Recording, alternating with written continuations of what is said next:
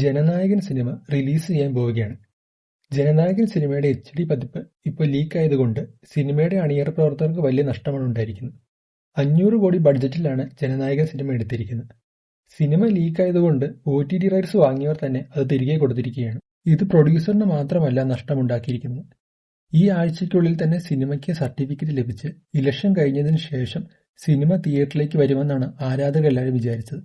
എന്നാൽ സിനിമ ലീക്കായത് വിജയ് ആരാധകർക്ക് താങ്ങാവുന്നതിനപ്പുറമായിരുന്നു. എന്നാൽ ഇതിനുശേഷം സിനിമ OTT-യിലായിരിക്കുമോ റിലീസ് ചെയ്യാൻ പോകുന്നത് എന്നൊരു സംസാരമുണ്ട്. OTT-യിലായിരിക്കില്ല, തീർച്ചയായിട്ടും തിയേറ്ററിൽ തന്നെയായിരിക്കും സിനിമയുടെ റിലീസ് ഉണ്ടാവുക എന്നാണ് അറിയാൻ കഴിഞ്ഞിരിക്കുന്നത്.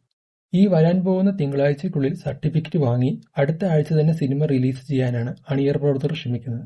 എത്രയും വേഗം സിനിമ റിലീസ് ആവുന്നതായിരിക്കും സിനിമയ്ക്ക് നല്ലത്. കാരണം ഇപ്പോൾ തന്നെ ഒരുപാട് ആളുകൾ സിനിമ കണ്ടിരിക്കുകയാണ്. കാണുന്നതിനോടൊപ്പം തന്നെ മറ്റുള്ളവർക്ക് സിനിമ ഷെയർ ചെയ്ത് കൊടുക്കുകയും ചെയ്യുന്നുണ്ട്. അതുകൊണ്ട് അടുത്ത ആഴ്ച തന്നെ സിനിമ റിലീസ് ആവുന്നത് ഒരു വലിയ ആശ്വാസമാണ്. അങ്ങനെയാണെങ്കിൽ ഉടനെ തന്നെ ജനനായകൻ സിനിമ തിയേറ്ററുകളിലേക്ക് റിലീസ് ഉണ്ടാവും. കാത്തിരിക്കാം ജനനായകൻ സിനിമയുടെ റിലീസിനായി.